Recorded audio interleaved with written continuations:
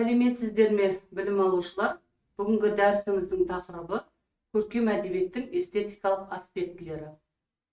Дәрістің мақсаты көркем әдебиеттің эстетикалық табиғатын ашу, әдеби шығармалардың адам санасы мен рухани дүниесіне әсерін түсіндіру, әдебиеттің өнер ретіндегі ерекшелігін, оның сұлулықты, көркемдікті танудағы орнын айқындау.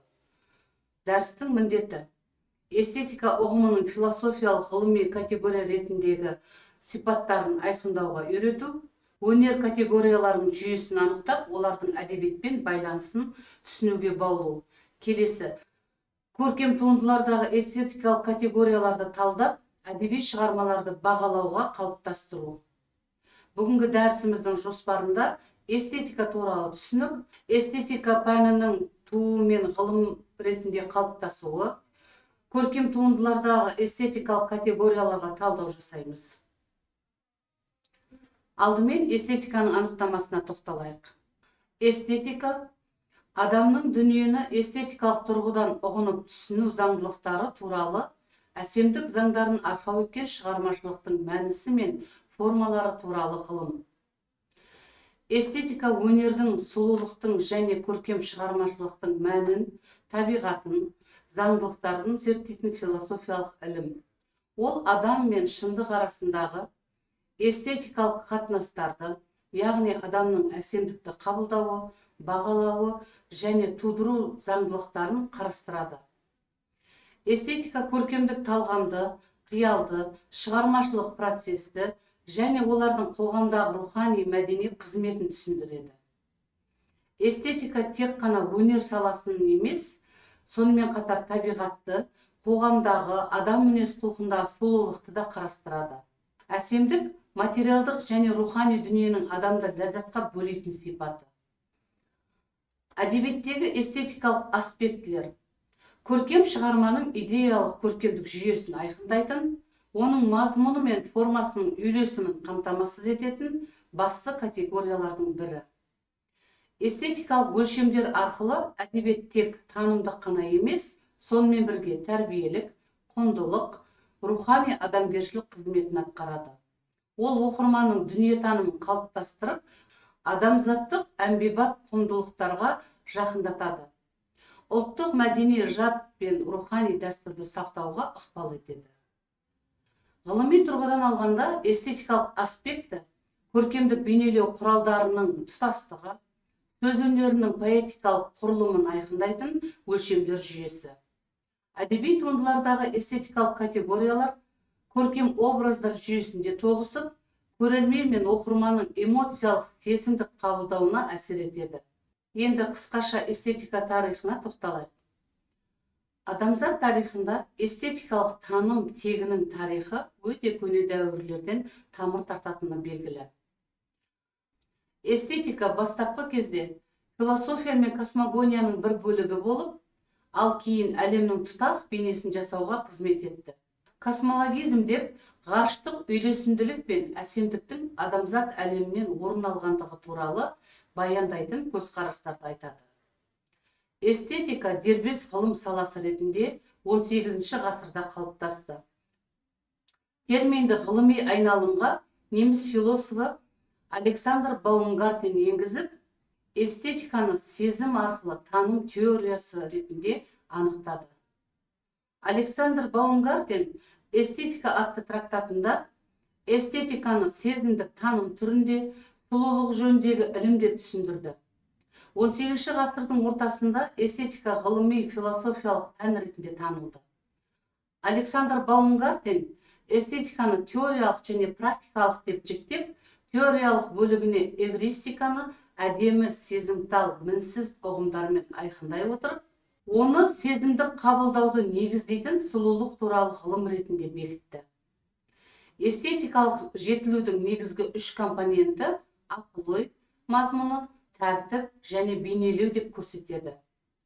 Ал қазақ әдебиеттану ғылымында эстетика туралы Ахмет Байтұрсынов, Мұхтар Әуезовтердің еңбегінен басталып, күні бүгінге дейін әдебиеттану ғылымында бірқатар ғалымдардың еңбектерінде жалпы өнерге қатысты, соның ішінде әдебиетке байланысты эстетикалық таным түсініктерге талдау жасалып, нақты тұжырымдар берілген.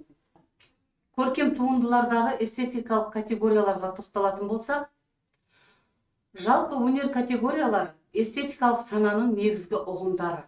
Олар өнердің мазмұны мен формасын тануға, көркемдік құбылыстарды түсіндіруге мүмкіндік береді. Әдебиет осы категорияларды көркем образдар арқылы бейнелейді. Өнер адамзаттың көркемдік ойлау жүйесінің бір тұтас көрінісі. Әрбір өнер саласы өзіндік бейнелеу тіліне ие болғанымен, олардың түпкі мақсаты адам болмысының рухани эстетикалық әлемін бейнелеу. Өнердің әрбір түрі өзіндік бейнелеу құралына ие болғанымен, олар өзара байланыста дамиды. Алдарыңызға ұсынылып отырған өнердің әрбір түрі өзіндік бейнелеу құралдарына ие болғанымен, олар өзара байланыста дамиды. Бірінің мазмұны екіншісіне тақырыптық арқау болса, енді бірінің техникалық тәсілдері басқа түріне ықпал етеді. Осылайша өнердің барлық саласы адамзат мәдениетінің тұтастығын, оның рухани эстетикалық құндылықтарын айқындап, қоғам дамуының көркем айнасына айналады. Ал әдебиет аталған барлық өнер түрлерінің идеялық тақырыптық қайнар көзі. Кино мен театрдың сюжеті әдеби шығармаларға сүйенсе, музыкада поэзиялық мәтіндер әнге айналады. Ал сәулет пен бейнелеу өнерінде әдеби образдар көркемдік идея ретінде көрініс табады. Жалпы алдарыңызға ұсынылып отырған бұл өнер түрлерін Ахмет Байтұрсынұлы 20 ғасырдың басында жинақтап, мүсін өнері, сәулет өнері, сурет өнері, саз өнері, сөз өнері деп жинақтап берген болатын. Өнердің осы түрлерінде кездесетін эстетикалық категориялар. Бірінші, асқақтық. Әдебиеттегі үздіктің бәрін асқақтық саласына жатқызады.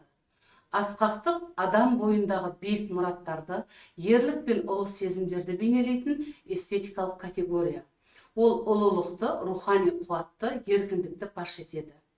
Келесі, трагедиялық.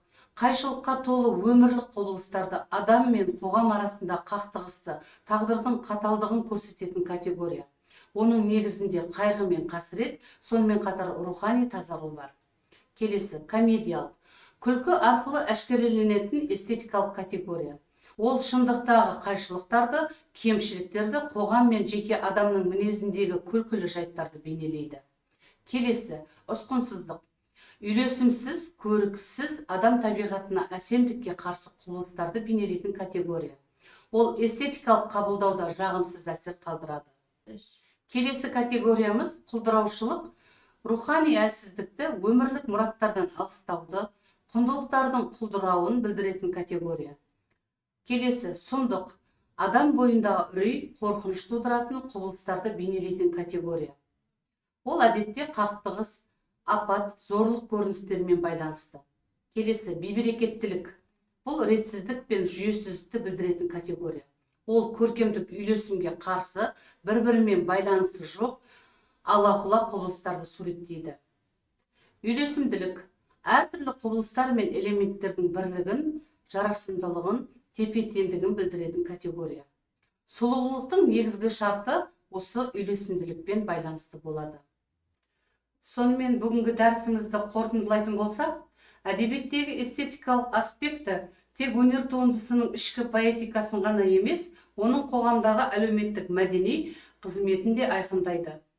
Эстетикалық категорияларды ғылыми тұрғыда зерделеу әдеби процестің даму заңдылықтарын, көркемдік дәстүрлердің сабақтастығын және жаңа поэтикалық ізденістердің табиғатын тануға мүмкіндік береді. Сонымен көркем әдебиеттегі эстетика әдебиеттану ғылымының іргелі әрі әмбебап категориясы болып табылады. Ол көркем шығарманың мазмұны мен формасының, идеясы мен поэтикалық құрылымының, суреткерлік көзқарасы мен ұлттық дүниетанымының өзара байланысын айқындайды. Эстетика көркем ойлаудың философиялық және аксиологиялық негізі, яғни ол адам мен болмыстың, рух пен материяның, сұлулық пен шындықтың арасындағы тұтастықты бейнелеудің көркем тетігі. Көркем әдебиеттегі эстетикалық принциптер жазушының өмір шындығын қабылдау ерекшелігін, оның көркем бейнеге айналдыру тәсілін және осы бейне арқылы оқырманға ықпал ету механизмін анықтайды. Эстетикалық категориялар сұлулық, асқақтық, трагедиялық, күлкілік, үйлесім сияқты ұғымдар шығарманың ішкі құрылымына, кейіпкер жүйесіне, тілдік стильдік ерекшелігіне еніп, тұтас көркем әлемнің эстетикалық тұтастығын қамтамасыз етеді. Мысалы, Абайдың философиялық лирикасындағы эстетикалық мұрат адамды рухани кемелділікке жетелеу болса, Әуезовтің Абай жолындағы эстетика ұлттық өмір мен адамгершілік құндылықтардың көркем синтезі. Эстетика әдебиетте тек сұлулықты бейнелеу ұғымымен шектелмейді. Ол жазушының көркемдік дүниетанымның жүйесін, өмірге, адамға, қоғамға деген көзқарасын айқындайтын дүниетанымдық категория ретінде қызмет атқарады. Көркем эстетика адам мен табиғаттың, жеке тұлға мен қоғамның, рухани мұрат пен әлеуметтік шындықтың арасындағы күрделі қарым-қатынасты көркем түрде бейнелеу арқылы адамзат мәдениетінің жалпы өрісін кеңейтеді. Сондықтан да көркем әдебиеттегі эстетика ұлттық рухани болмыстың көрінісі, мәдени жадының көркем формасы және адамзаттық құндылықтардың көркемдік тұрғыдан пайымдалған бейнесі. Ол әдебиеттің көркемдік жүйесін түсінудің, авторлық дүниетанымды талдаудың және ұлттық әдеби үрдістің эволюциясын зерделеудің басты теориялық кілті болып табылады. Алдарыңызда экранда бүгінгі дәрісімізге қатысты әдебиеттер тізімі берілген. Назар қойып тыңдағандарыңызға рахмет, сау болыңыздар.